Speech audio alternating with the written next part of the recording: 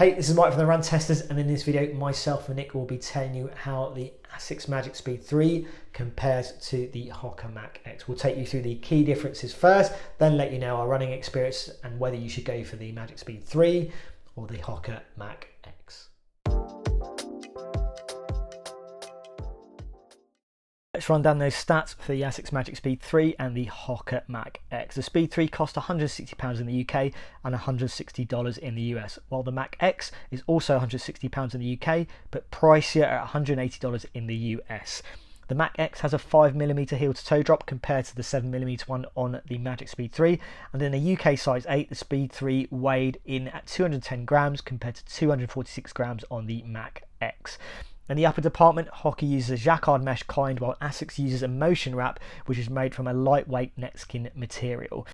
Midsole, Asics uses 2 layers of its FF Blast Plus foam alongside a full-length carbon plate, while the Mach X features Hoka's ProFly X midsole, which is made up of PBA and EVA foams with the PBUX plate sandwiched in the middle. So Hoka uses a Durabrasion rubber one similar to what it uses on the Rocket X2, while Asics grabs the Asics Grip one from its Metaspeed series shoes. So I found that both of these shoes fit me very well in my normal size of both brands. These are both UK 9s, but with the Hoka Mach X, that is a US 9.5, whereas with Asics it's a US 10.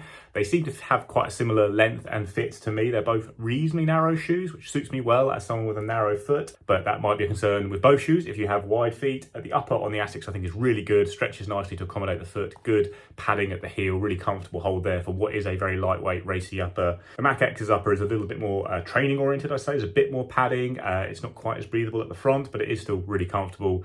Good upper all round. Like I say, both of these shoes fit me well in my normal running shoe size, my normal size for these brands, but you might have to look out for narrowness with both of them.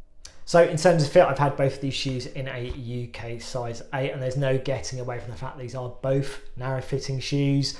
I would say you probably feel that narrowness a little bit more on the Magic Speed 3 as you do on the Mach X, but ultimately the Mach X is very similar to what you get on the Mach series in general. It is a narrow Hoka shoe to wear, but you know, in terms of fit for me, they've been absolutely fine in a UK size 8.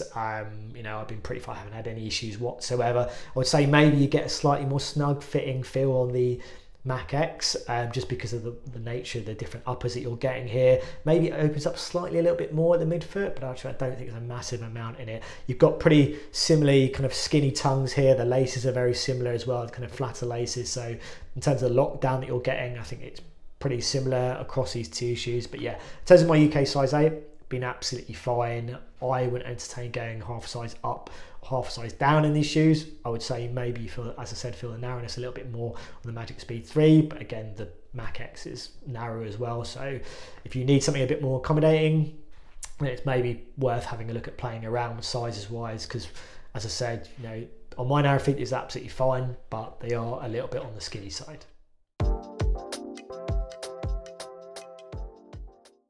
So into that run test, and I have run more in the Magic Speed 3. I'm catching up in terms of my distance in the Mach X. I haven't raced in the Mach X, I have in the Magic Speed 3. I've done track sessions in both of these shoes. I have done some kind of longer, kind of more up-tempo runs. I've done some kind of slower, easier runs in them as well. I've done indoor kind of treadmill runs in with them as well too. Now, in terms of my experience of running these shoes, when it comes to running quicker, this shoe has felt nicer, it's felt more responsive. That really lends itself to what you're getting in terms of that midsole, in terms of that more low profile look, that lighter look that you're getting overall in the Magic Speed 3. I think with the Mach X, it is heavier.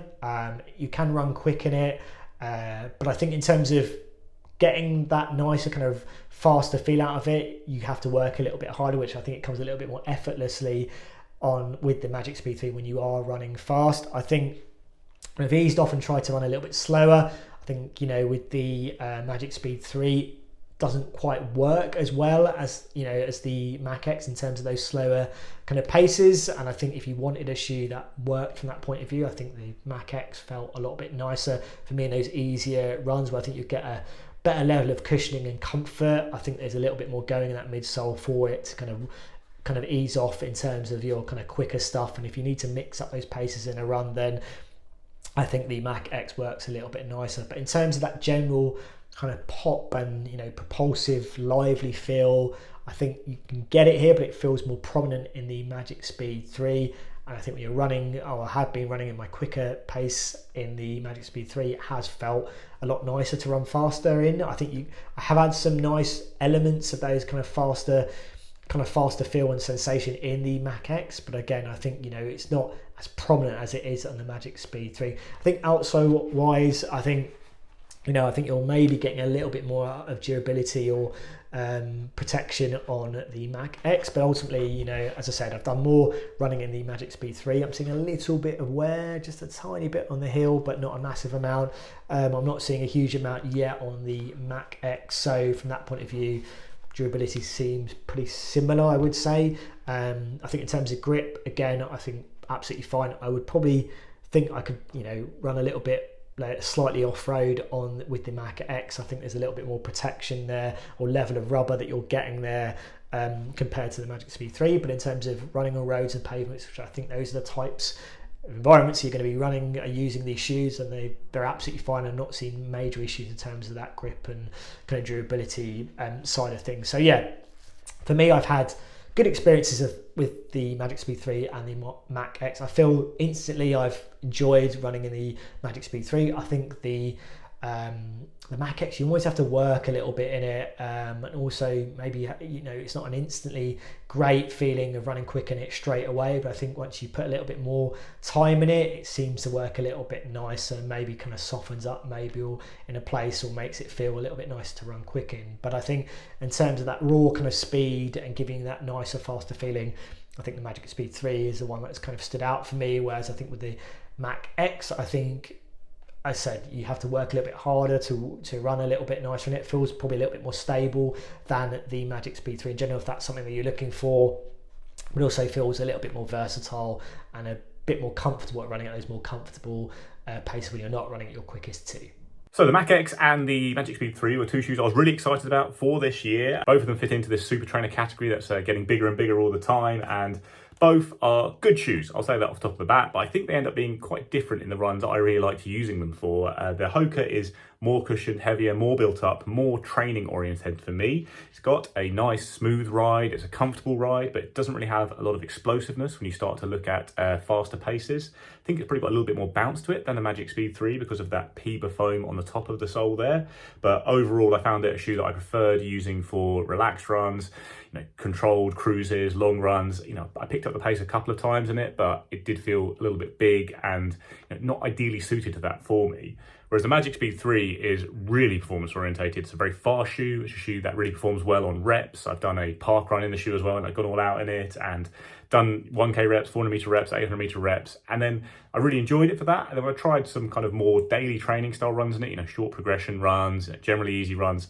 I think it doesn't feel the best for that. Like, it's okay. It's not uncomfortable, but it is a shoe that feels really geared for speed. Like, and even when you are trying to run easy, you will get tipped forward and pushed on in a way that doesn't feel entirely perfect for those relaxed, easy runs. Whereas I do think the Mach X has that lower gear and it feels a lot more comfortable and enjoyable for those easy efforts. If you're looking at performance at speed though, then I do think the Magic Speed 3 certainly has the edge. If you're looking at a plated trainer as a fast shoe or a shoe you could use for racing as an alternative to carbon shoes, the Magic Speed 3 is a lot quicker, better for acceleration and nimbler when you're going around corners, and just in general I think a really good racing option. Whereas the Mach X to me just doesn't feel that great for those really fast runs. It's certainly a shoe that you can do sessions in and they're fine in it, but there are a lot of shoes I prefer to use for those sessions, just lighter shoes, more nimble shoes. It's a shoe that you get into a nice rhythm with and you can rock along very nicely, but if you are trying to then turn on the gas on a short rep or accelerate around a corner, it just doesn't feel that well suited to it. So yeah, both in the super trainer category, but I think they're at slightly different ends of the spectrum within it. The Magic Speed 3 really is a fast shoe, a fast trainer, a racing option. The Mach X is more of a daily trainer, can handle a little bit of everything, but loses out a little bit on that top end speed.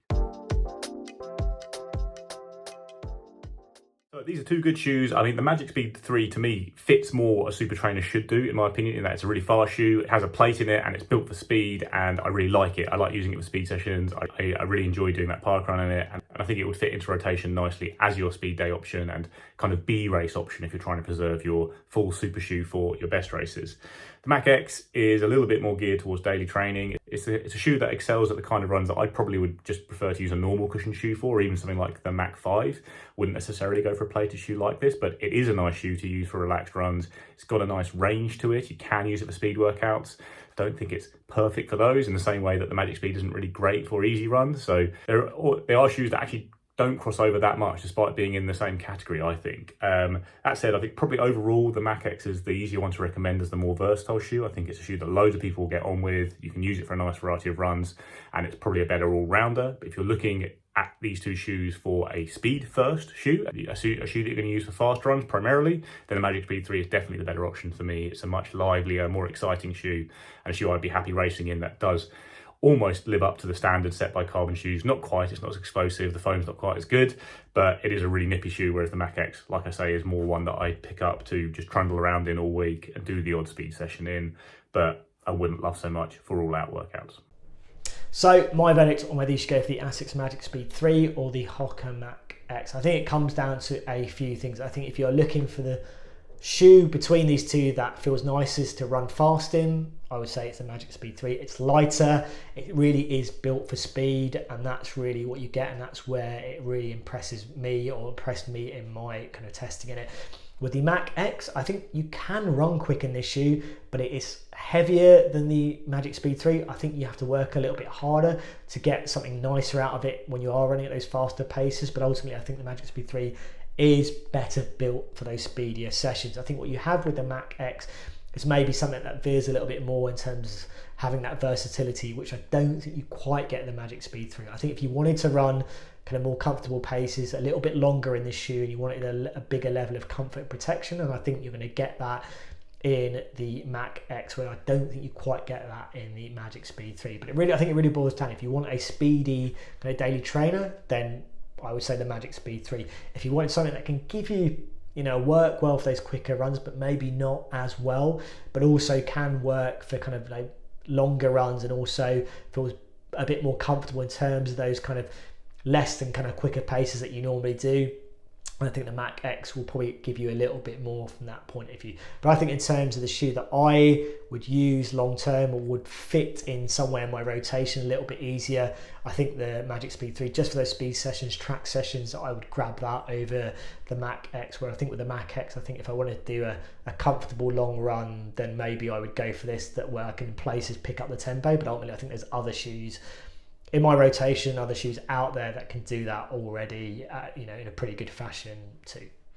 Okay, so there you have it. That is our take on how the Asics Magic Speed 3 compares to the Hoka Mach X. Now, if you've got any questions about this shoe, or you want to see other shoes compared to either of these, let us know in the comments. As always, like and subscribe, hit that little bell to find out about our latest videos, and yeah, we'll see you for the next Run Testers video.